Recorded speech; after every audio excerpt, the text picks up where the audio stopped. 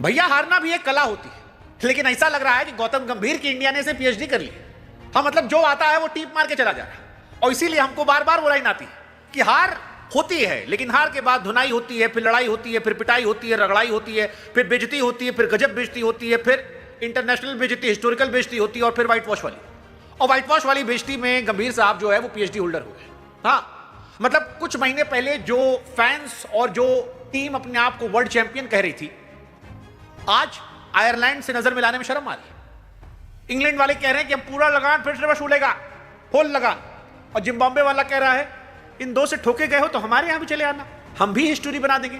वैसे भी हर मैच में तुम लोग बेइज्जती का रिकॉर्ड बनवा रहे हो, और बन ही रहा है भैया, चाहे टेस्ट मैच हो, चाहे वनडे या T20। गौतम गंभीर के आने से हिस्ट्री पर हिस्ट्री बनी है, लेकिन ये हिस्ट्री 3 इडियट वाली, जहां ऊपर से नहीं नीचे से देखना पड़ता है कि अच्छा इस हार के बाद कौन सा रिकॉर्ड टूटा। और यह हो भी क्यों ना, अगर आप अपने सारे खिलाड़ियों के कॉन्फिडेंस की मदर सिस्टर कर देंगे, अगर आप हर मैच में टीम शफल कर देंगे, हर खिलाड़ी को इनसिक्योर कर देंगे, तो यही होगा जो टीम इंडिया के साथ हो रहा है। और फिर सूर्य कुमार यादव वहां बैठ के स्टोरी लगाएंगे, कैप्टन नहीं लीडर था मैं। भाई उनको मौका आप दे रहे हो। सूर्य कुमार यादव को हटाने के लिए भारतीय क्रिकेट फैन ने जोर लगाया था, क्योंकि उनके बल्ले से 2 साल से रन नहीं आ रहा था।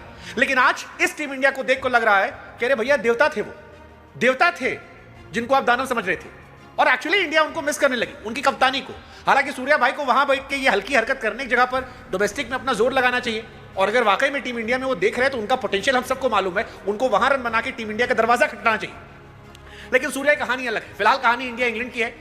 5वें मैच में भी इंडिया की बेइज्जती हो गई है, और आयरलैंड के पीटने के बाद इंग्लैंड ने हम पर झाड़ू लगा दिया। 56 रन से हमारे मैच की हार हुई है। 257 बनने पर ही पता था कि ये पाटा पिच पर इंडिया नहीं जीत पाएगी, बिकॉज 250 प्लस बनाना बहुत मुश्किल होता है। और अभिषेक शर्मा के आउट होने के बाद वो कहानी और क्लियर हो गई थी। इंडिया ने जोर लगाया, 201 तक पहुंचे, लेकिन वो काफी नहीं था, और इसी वजह से back to back clean sweep हुई है। बहुत बड़ी बेइज्जती हुई है, मतलब इंडियन टीम की बेइज्जती हुई है, बीसीसीआई की बेइज्जती हुई है, प्लेयर्स की बेइज्जती हुई है, कैप्टन की बेइज्जती हुई है। कैप्टन की बहन हालांकि सोच रही है कि नहीं बेइज्जती हुई। कैप्टन की बहन जो है उन पर काफी खुराफात के आरोप लग रहे हैं, क्योंकि वो स्टोरियां लाइक कर रही हैं जिसमें कहा जा रहा था कि Shreyas Iyer is playing with 10 नाग बाबा। हाँ, मतलब श्रेयस अय्यर अच्छे आदमी हैं, बढ़िया प्लेयर हैं, लेकिन हमको लगता है कि उनकी दीदी जो है उनको चुल रहती है और वो उनकी बेइज्जती करवाती रहती है। वैसी ही बेइज्जती जैसे गौतम गंभीर टीम इंडिया करवा रहे हैं, क्योंकि इस लेवल पे एम्बैरेसमेंट मुझे नहीं याद है कि बीते कई सालों में कोई कोच लेकर आया था। मतलब T20 में यार हम मानते थे कि हम जीत कर जाएंगे, इतने बड़े बड़े लड़के हमारे पास। और गंभीर को मैं बार बार दोषी इसलिए दे रहा हूं, गंभीर ने इंडियन क्रिकेट के साथ खिलवाड़ किया है। Sanju Samson world cup champion player थे, उनको ड्रॉप करना खिलवाड़ था। आयरलैंड की सीरीज पर मुझे लगता था कि संजू और अभिषेक में से एक आदमी को आप ड्रॉप कर देते और वैभव सूर्यवंशी को मौका देते। एक मैच में आप अभिषेक को ड्रॉप करते, एक मैच में आप संजू को ड्रॉप करते या ईशान को ड्रॉप करते, और वहां पर वो अपना कॉन्फिडेंस गेन करता, यहां पर शायद वो चल जाता।